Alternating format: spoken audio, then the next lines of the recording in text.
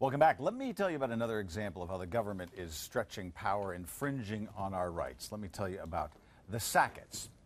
They purchased land to build a home, like many Americans would.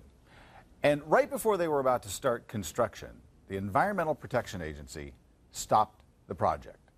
They said the land was classified as wetlands, so only the federal agency could decide what to do with the property. This is it right here. When the Sacketts refused to stop, the EPA began fining them nearly $40,000 daily. And now the Supreme Court is going to take up this matter. If the Sacketts lose, this could be a landmark loss for homeowners across the country. Meanwhile, Obama is busy addressing the EPA to thank them for all of their hard work. With us to discuss all of that and more, Christopher Horner, Senior Fellow at the Competitive Enterprise Institute. You got to feel sorry for this family, the Sacketts. I mean, this is just a $23,000 plot of land, and all of a sudden some EPA agents walk onto your property and say, your American dream is dead. It really comes down to that. Right, but what we have to remember is they're people who fought back. Yeah. They're not the only example. This is actually how EPA rolls. This is the way they operate. They have designed a system under a law that expressly governs discharge into navigable waterways of the United States, meaning not just some purely intrastate or local, but a navigable waterway of the United States. Now, this was because the progressives had declared waterways for public use. You remember that river in Ohio that kept catching on fire? Not just once, 10 times in a century. Because the progressives had said that we declared the waters for public use. They essentially took them for public use like they can take private land for public use. Well, then EPA said, by water, you mean, of course, land, right? So we'll call it wet land. Yeah. And this is happening all over. It's not, you noticed it wasn't wet. It did not look wet at all. And in fact, I'll tell you this. We put the story up on the Blaze yesterday early evening, and I keep a pretty good meter. We have some little devices that let us know exactly what is being looked at on the website at any given time, and in fact, it's still the number 3 story on the Blaze 24 hours later, and so. We had a video package that was in there that I watched late last night where this couple was talking about it. I have a couple of clips from it just because I want you to feel this couple's dilemma. The first one I want to is just a brief little setup that tells you about the place where they decided to build this really idyllic place in Idaho called Priest Lake. It was going to make a perfect spot for a house. There's a lot of really wonderful people that live here, and that's there's a big part of me that the reason I moved to the Priest Lake is because of the friendships that were built.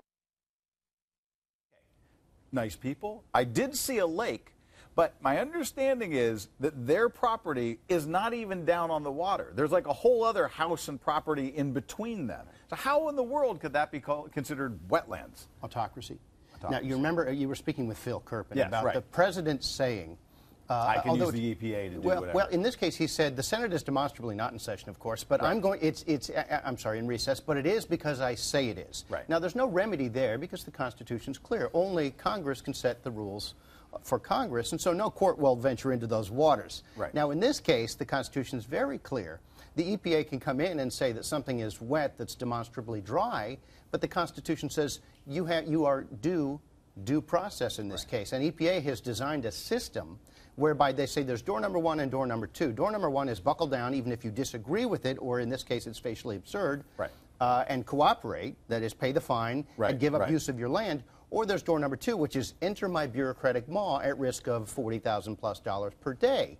And they said, wait a second, the Constitution actually affords me the right to challenge this, to take this to court. And EPA said, no, we've designed a system whereby our compliance order can only be taken to court if ever, upon the whim of the federal government. That's what's at stake before the Supreme Court.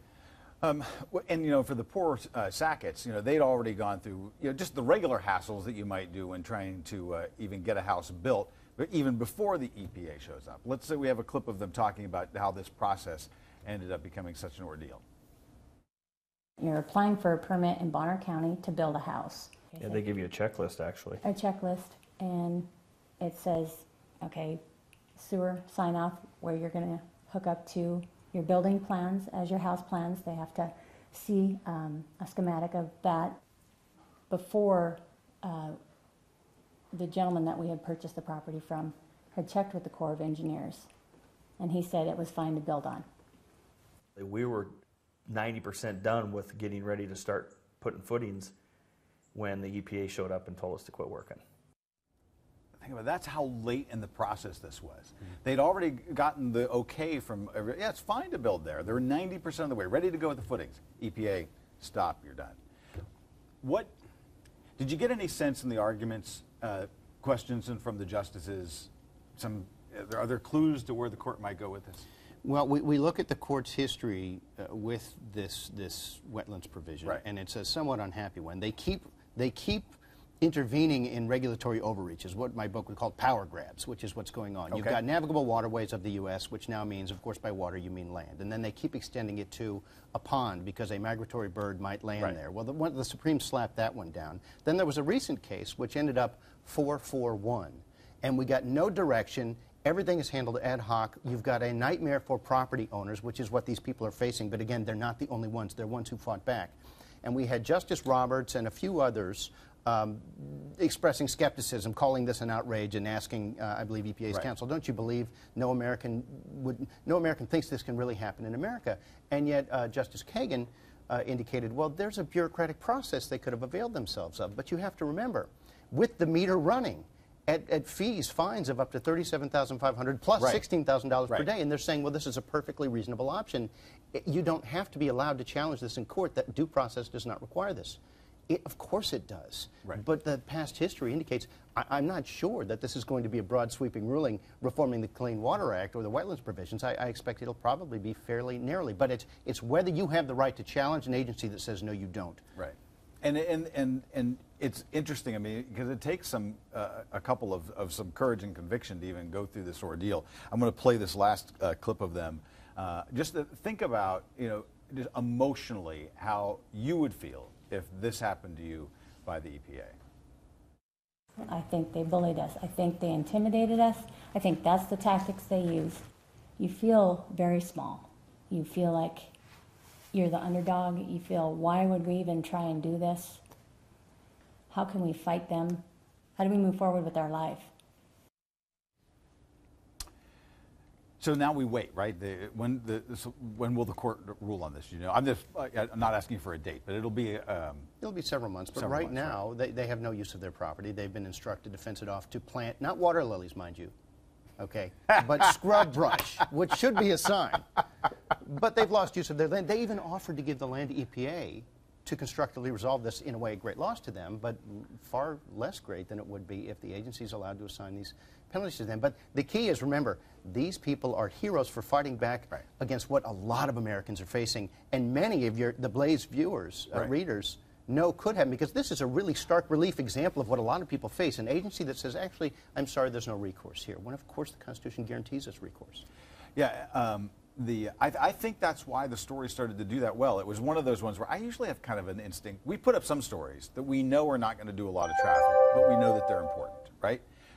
And so sometimes I thought, you know what, this is an important Supreme Court case. Let's put this up. And it just started to take off. It became the #1 story last night, this morning, and I think it's because people do resent this, and they know that this government intrusion is taking place more and more. What did you say the name of your book is? Power Grab. Power Grab. How Obama's green policies are stealing your freedom and bankrupting America. I think they're doing everything they can to prove me right, which I appreciate, but not at the poor people's expense. So what do you? Are there signs of hope here, whether in the courts or in the direction of the legislatures or in potential changes in 2012? How much of this stuff can be undone? We all know what the kangaroo rat is, even if we specifically don't. We all know what cap and trade was, even if we specifically couldn't describe its operation. This was very popular on the Blaze because this strikes a nerve. People know that property rights are a pillar of individual liberty and a free society. So if this becomes a rallying cry, this really only can, the Supreme Court has proven, this can only be fixed, remedied by Congress. And they've proven unable. They give these broad grants of authority, often vague, they have to recognize who they're giving them to. People who read navigable waterways of the United States to say by water you mean land, prairie potholes, and so on. And it really does. I know, let me ask the control room, do we have that fourth clip? Yeah, I want to. I do want to hear this here at the end. This is some final words from the Sacketts. If you know you're right, you stand up for what you believe in, and always try hard to follow through. We just want to get on with our life and just live at Priest Lake and be happy. Just live at Priest Lake and be happy. And really, for them, it's an American dream on hold. Turn nightmare. Yeah. By whom? Right. Appreciate it. We'll look at book on Amazon. Power Grab on Amazon. Power Grab on Amazon. Christopher Horner, Senior Fellow for the Competitive Enterprise Institute. Thanks for joining us here today.